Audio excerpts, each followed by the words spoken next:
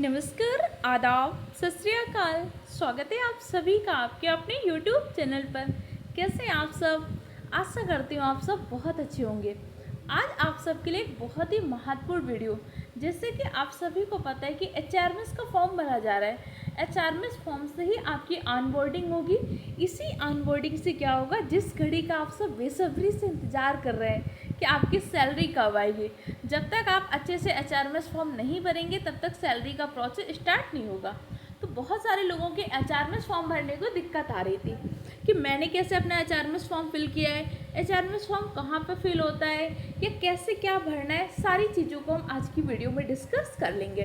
तो आप वीडियो को पूरा देख लीजिएगा। वीडियो हेल्पफुल लगे तो चैनल को सब्सक्राइब कर लीजिएगा, और कोई भी डाउट रह जाता है तो कमेंट सेक्शन में पूछ सकते हैं। तो चलिए अपनी क्लास को स्टार्ट करते हैं। देखिए, आप एचआरएमएस फॉर्म तभी भर सकते हैं जब आपका पैन नंबर आ चुका होगा। इससे पहले आपने क्या किया होगा, प्रान के लिए अप्लाई किया होगा। जब आपका प्रान नंबर आ जाएगा तभी एचआरएमएस फॉर्म भरेंगे, क्योंकि सबसे ज़्यादा इम्पोर्टेंट क्या है, PRAN number. PRAN number apply करने के 10 से 15 दिन बाद आ जाता है। कई बार लोगों का 3 से 4 दिन में भी आ रहा है। तो ये आपके यहाँ पे ऑफिस में किस तरीके का वर्कलोड है, किस तरीके से हो रहा है, उस पर डिपेंड करेगा। ठीक है, तो आपके पास प्रान नंबर होना बहुत ज़रूरी है। इसी प्रान नंबर से क्या होगा, आपका एनपीएस कटेगा। इसी बात को ध्यान रखिएगा। सबसे पहले क्या करना है, सबसे पहले आपको प्रीफिक्स फिल करना है। प्रीफिक्स, अगर आप कुछ प्रीफिक्स लगाते हैं जैसे कुमारी वगैरह, या कुछ लोगों के नाम में कुछ और प्रीफिक्स होता है तो आप फिल कर सकते हैं। अगर आपके नाम में कोई भी प्रीफिक्स नहीं है तो डायरेक्ट अपना फर्स्ट नेम चेंज कर दीजिए, मिडिल नेम कर दीजिए, या फिर लास्ट नेम। अब आप में से बहुत सारे लोग होंगे जिनका फर्स्ट नेम होगा और लास्ट नेम होगा, मिडिल नेम नहीं होगा। जैसे कि मेरा नाम प्रियंका आर्या है, तो मेरा क्या होता है, सिर्फ फर्स्ट नेम होता है और इसी के साथ साथ क्या होता है, लास्ट नेम में आर्या फिल कर सकते हैं। अब जैसे किसी का अलग नाम हो, जैसे किसी का नाम होता है राघवेंद्र प्रताप सिंह, तो राघवेंद्र उसका फर्स्ट नेम हो गया, प्रताप मिडिल नेम हो गया, सिंह उसका लास्ट नेम हो गया। तो जैसा आप फिल कर लीजिएगा। उसके बाद अपने अकॉर्डिंग जेंडर को फिल कर लीजिएगा, मेल या फीमेल। डेट ऑफ बर्थ, इसे आप अपने अकॉर्डिंग फिल कर सकते हैं। आपकी हाइट कितनी आप फिल कर लीजिएगा। Father's name, mother's name fill कर लीजिएगा। आइडेंटिफिकेशन मार्क, हम सबका एक कोई मार्क होता है जो आपने एग्जाम जब बीपीएससी का फॉर्म फिल किया होगा, जैसे a mole on right side of a nose, a mole on an eye, जो भी आपके बॉडी में एक मार्क होगा जिससे भविष्य में कई बार आपकी पहचान कैसे होगी, उसके लिए एक आपको बॉडी का आइडेंटिफिकेशन मार्क देना पड़ता है, तो उसको दे दीजिएगा। मैरिटल स्टेटस क्या है, अगर आप मैरिड हैं तो मैरिड शो कर दीजिएगा। अगर मैरिड हैं तो अपने हस्बैंड या वाइफ का नाम शो कर दीजिएगा। अगर आप फीमेल टीचर हैं तो अपने हस्बैंड का नाम डाल दीजिएगा। अगर आप मेल टीचर हैं तो अपनी वाइफ का नाम डाल दीजिएगा। अगर आप अनमैरिड हैं तो यहाँ पे अनमैरिड लिख सकते हैं। इसको भरने में आपको कोई दिक्कत नहीं आएगी। मेन प्रॉब्लम कहाँ पे आ रही है, जो सेकंड वाला फॉर्म, उसको पढ़ने में दिक्कत आ रही है, और उसके गलत होने में आपको बहुत ज़्यादा दिक्कत का सामना करना पड़ेगा। फिर कई बार आपको क्या होगा, बीपीएससी पटना भी जाना पड़ रहा है, इसलिए उसको नहीं गलत करिएगा। इसके बाद डिसेबिलिटी, अगर आप किसी प्रकार के हैंडीकैप है तो आप डिसेबिलिटी में यस कर दीजिएगा, और कितनी है कर दीजिएगा। अगर नहीं है तो उसको नो पे क्लिक कर दीजिएगा। इसके बाद यहाँ पे अपना ब्लड ग्रुप भर दीजिएगा, अपनी ईमेल आईडी भर दीजिएगा, मोबाइल नंबर भर दीजिएगा। यहाँ पर आप वही मोबाइल नंबर भरिएगा जो आपने अभी तक बीपीएससी में दिया हुआ है, जिस पे आपका वेरिफिकेशन कोड आया था, जिस पे आपका एसएमएस आया था, वही नंबर यहाँ पर फिल करना है। नेशनलिटी फिल कर दीजिएगा। यहाँ पर आपको अपना पैन नंबर भरना है। पैन नंबर बहुत ही ध्यान से और सावधानी से फिल कीजिएगा। यहाँ पे आपको अपना प्रान नंबर फिल कर दीजिएगा, और यहाँ पे अपना आधार कार्ड का नंबर। यहाँ पे अपनी सोशल कैटेगरी, सोशल कैटेगरी में जैसे कि आप जर्नल हैं, एससी एसटी में, ओबीसी में, जो भी आप सोशल कैटेगरी को फिल कर दीजिएगा। इसके बाद आपको अपना परमानेंट एड्रेस फिल करना होगा। अपना permanent address, state, district, pin code भर दीजिएगा। इसके बाद आपका एम्प्लॉयमेंट ऑफिस डिटेल, इसको थोड़ा ध्यान से भरिएगा। सबसे पहले एम्प्लॉयमेंट का टाइप कैसा होगा, भैया आपका टाइप कैसा है, रेगुलर स्टेट गवर्नमेंट का टाइप है। अगर आप बीपीएससी द्वारा नियुक्त हुए तो आप कैसे राज्यकर्मी है। जैसे आपको बिहार में पता है कि जैसे कुछ विशिष्ट शिक्षक होते हैं जिन्हें राज्यकर्मी का दर्जा नहीं मिलता, या नियोजित शिक्षक को राज्यकर्मी का दर्जा नहीं मिलता है। लेकिन अगर आप बीपीएससी के एग्जाम को क्वालिफाई करके आए हैं तो आपको स्टेट गवर्नमेंट राज्यकर्मी का दर्जा प्राप्त है। यहाँ पे आपको सर्विस टाइप भर दीजिएगा। इसके बाद आपको अपना कैडर भर देना है। डिपार्टमेंट भर देना है, तो इन दोनों में आपको डिपार्टमेंट कौन सा भर देना है, एजुकेशन डिपार्टमेंट भर देना है। करंट डेस्टिनेशन क्या है, करंट डेस्टिनेशन में भी आपको एजुकेशन डिपार्टमेंट ही फिल करना है।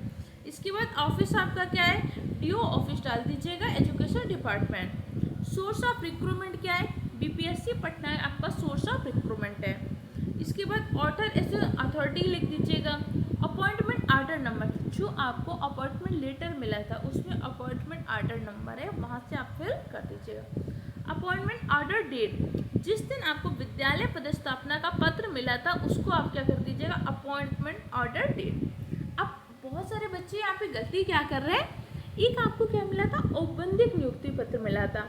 औपबंधिक नियुक्ति पत्र बीपीएससी वाले टीआरई थर्ड वालों को 9 मार्च को मिला था, लेकिन यहाँ पर आपको 9 मार्च की डेट नहीं भरनी है। उसके बाद आपको विद्यालय में योगदान के लिए जो पदस्थापना पत्र मिला था उसमें जो डेट है आपको उसी डेट को फिल करना है। फिर आपने जिस डेट को ज्वाइन किया होगा, मैक्सिमम साथियों ने 15 मई को ज्वाइन कर लिया था, या फिर जिसने जिस डेट को ज्वाइन किया होगा उस डेट को यहाँ पर डाल दीजिएगा। ज्वाइनिंग का टाइम क्या है, कोशिश करिएगा कि अगर आपकी ज्वाइनिंग का टाइम, तो उस टाइम पे क्या था, स्कूल का टाइमिंग 6 to 12 थी, तो मोस्टली आप सब लोगों ने ज्वाइनिंग क्या किया था, 10 बजे के पहले किया था। तो जो भी टाइम होगा आपका 7 बजे, 8 बजे, 9 बजे का, वो टाइम डाल दीजिएगा। लेकिन जो टाइम आपने टेक्निकल ज्वाइनिंग करते समय डलाया था वही टाइम डालिएगा, ध्यान रखिएगा। इसके बाद यहाँ पर आपको क्या भरना है, यहाँ पर अपना प्रान नंबर फिल कर दीजिएगा। प्रान नंबर आपके पास आ चुका होगा। इसके बाद गवर्नमेंट क्वार्टर, मोस्टली अभी टीचर को गवर्नमेंट क्वार्टर नहीं मिला तो यहाँ पे नो कर दीजिएगा। इसके साथ इंक्रीमेंट, इसमें आपको कुछ नहीं भरना है, इसको छोड़ दीजिएगा। यहाँ पे आप करंट एड्रेस भरिएगा। देखो बहुत सारे लोगों का करंट एड्रेस और परमानेंट एड्रेस सेम होगा, लेकिन बहुत सारे ऐसे भी स्टूडेंट टीचर्स होंगे जो अदर स्टेट से आए हैं, तो यहाँ पर आप क्या भरिएगा, अपना करंट एड्रेस भर दीजिएगा। जैसे आप जहाँ पर रह रहे हैं उस मकान मालिक का या जो भी एड्रेस आप डालना चाहो डाल दीजिएगा, लेकिन यहाँ पर अपना परमानेंट एड्रेस मत डालिएगा, क्योंकि परमानेंट एड्रेस और करंट एड्रेस डालने पे थोड़ी सी दिक्कत ये होगी कि भैया आप परमानेंट तो नहीं रह सकते। अब मान लीजिए आप यूपी के टीचर हो, तो आपका परमानेंट एड्रेस और करंट एड्रेस सेम तो नहीं हो जाएगा ना, इसलिए जहाँ रह रहे उस करंट एड्रेस को डालिएगा। इसके बाद अपनी family member detail, family member detail में उस डिटेल को डालनी है जिसको आपने अपना नॉमिनी बनाया था। जब आपने प्राण डाला था तो प्राण में आपसे नॉमिनी का नाम पूछा गया था। हो सकता है आपने अपने फादर को या मदर को, जिसको भी नॉमिनी बनाया है उसके डिटेल यहाँ पर भर दीजिएगा। उसके साथ साथ आप रिलेशनशिप कैसा है, फादर है, मदर है, हस्बैंड है, वाइफ है, जो भी डाल दीजिएगा।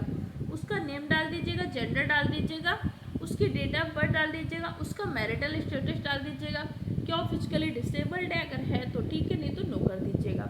अगर है तो कितना डिसेबल्ड है।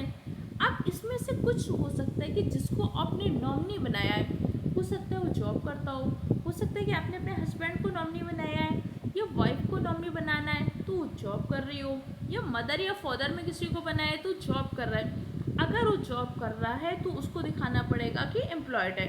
अगर जॉब नहीं कर रहा है तो नॉर्मली क्या कर सकते हो, डिपेंडेंट दिखा सकते हो कि हाँ वो मेरे ऊपर डिपेंडेंट है। इसमें उसे आप नॉमिनी को ग्रेजुटी में कितना परसेंटेज देना है, तो अभी आप नॉमिनी को ग्रेजुटी में कितना परसेंट देंगे, 100%।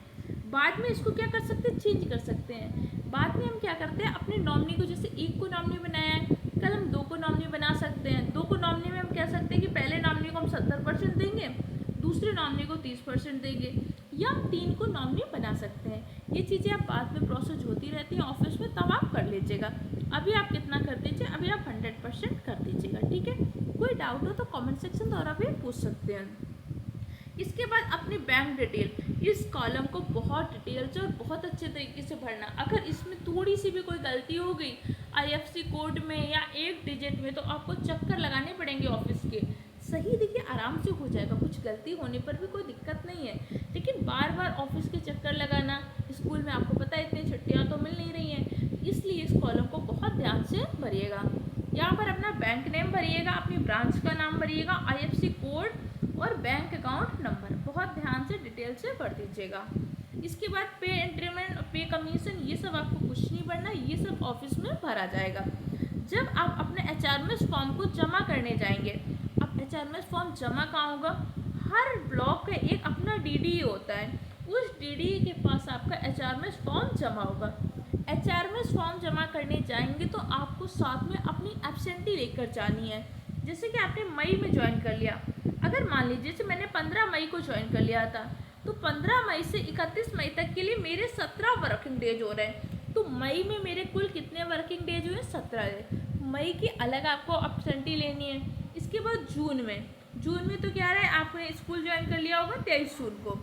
जून में आपका कितने वर्किंग डेज रहा है, क्या आपने कोई छुट्टी लिया है, एसएल लिया है कि सीएल लिया है, इसको पूरा लेके एब्सेंटी बना के और अपने एचएम से साइन मोहर करवा के लिख के जाना है।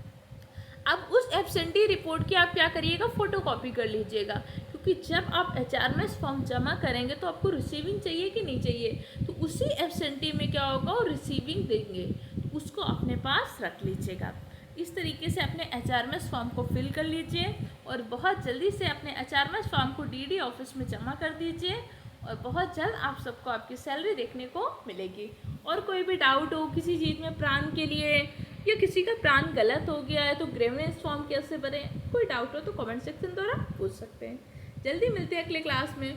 और आपको लेसन प्लान में या कोई किसी प्रकार का डाउट हो तो कमेंट सेक्शन द्वारा पूछ सकते हैं। हम मिलकर एक हेल्दी कम्युनिटी बनाकर एक दूसरे का सहयोग करते रहेंगे और बहुत अच्छे तरीके से आगे बढ़ते रहेंगे।